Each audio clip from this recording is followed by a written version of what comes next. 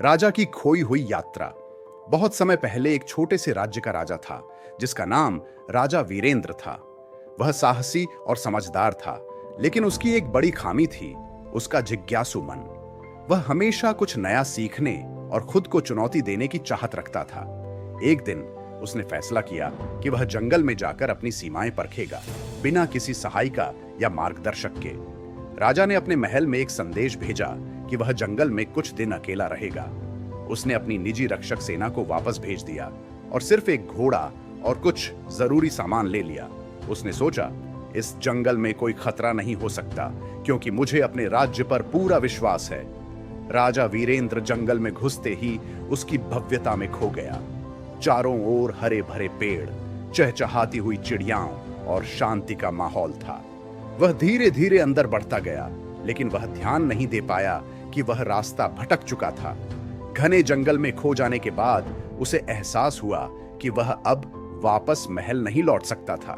राजा ने सोचा, यह तो कोई बड़ी बात नहीं है, मैं जंगल से बाहर निकल ही आऊंगा। लेकिन जैसे जैसे वह आगे बढ़ता गया, रास्ता और भी कठिन होता गया। एक समय ऐसा आया जब घोड़ा भी थक कर रुक गया। राजा ने सोचा कि घोड़े की मदद से शायद वह रास्ता ढूंढ सके, लेकिन वह भी अब असमर्थ था। राजा वीरेंद्र ने समझा कि उसे अपनी जिंदगी की सबसे बड़ी चुनौती का सामना करना पड़ रहा है। उसने अपने अंदर की शक्ति को महसूस किया और सोचा, यदि मुझे अपने राज्य में वापस लौटना है तो मुझे इस जंगल को जीतना होगा। शाम का समय हो चुका था। राजा को जंगल में रुकने का फैसला करना पड़ा। वह एक बड़े पेड़ के नीचे बैठ गया और सोचने लगा। उसी समय एक साधु बाबा, जो अपने तपस्वी जीवन में व्यस्त थे, राजा के पास आए। उन्होंने राजा को देखा और पूछा, तुम कौन हो राजकुमार? तुम इस जंगल में अकेले क्यों आए हो? राजा ने अपने बारे में बताया और कहा, मैं रास्ता भूल गया हूं, मुझे घर लौटने का रास्ता नहीं मिल रहा। साधु बाबा ने मुस्कुराते हुए कहा, तुम रास्ता भूल नहीं गए हो, तुम जीवन का सही रास्ता खोज रहे हो। यह जंगल तुम्हारी यात्रा का हिस्सा है।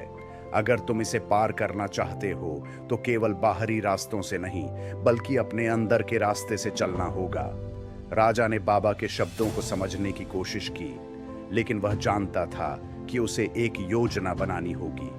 बाबा ने राजा को एक सूखा तिनका दिया और कहा, इस तिनके को अपने हाथ में ले लो और ध्यान से सोचो। जब तुम अपने दिल की आवाज सुनोगे, तुम्हें रास्ता मिल जाएगा।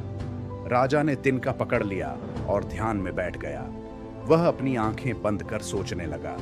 धीरे धीरे उसकी सोच ने उसे यह एहसास दिलाया कि बाहरी दुनिया की चीजें उसे खो जाने के डर में डाल चुकी हैं, जबकि असली रास्ता उसकी अपनी आत्मा में छिपा है। सुबह होते ही राजा ने अपने भीतर से एक हल्का सा संकेत महसूस किया। उसने दिशा बदल दी और आगे बढ़ने लगा। कुछ ही समय में उसे एक नदी का किनारा दिखा और नदी के किनारे उसे एक पक्का रास्ता नजर आया। राजा वीरेंद्र ने नदी को पार किया और धीरे धीरे जंगल से बाहर निकल आया। वह जब जंगल के बाहर पहुंचा तो उसने देखा कि आसपास के गांव वाले उसे देख रहे थे। उसने खुश होकर कहा, मैं जंगल में खो गया था, लेकिन मैंने पाया कि जब तक हम अपने अंदर की आवाज को नहीं सुनते, हम कभी रास्ता नहीं पा सकते। राजा वीरेंद्र ने यह अनुभव खुद पर लिया। उसने समझा कि जीवन में कभी भी कोई रास्ता खोने पर डरने की बजाय आत्मनिर्भरता और खुद पर विश्वास रखना चाहिए। वह वापस अपने महल लौट आया, लेकिन अब उसका नजरिया बदल चुका था। उसने अपने राज्य को और भी समझदारी से चलाया और अपने लोगों को भी यही सिखाया कि कठिनाइयां और चुनौतियां जीवन का हिस्सा है और असली साहस तो खुद को जानने में है। इस यात्रा ने राजा वीरेंद्र को न सिर्फ शारीरिक रूप से बल्कि मानसिक और आत्मिक रूप से भी मजबूत किया, और तभी से वह जंगल में खोने का डर नहीं, बल्कि उसकी गहराइयों को समझने की इच्छा रखने लगा। समाप्त।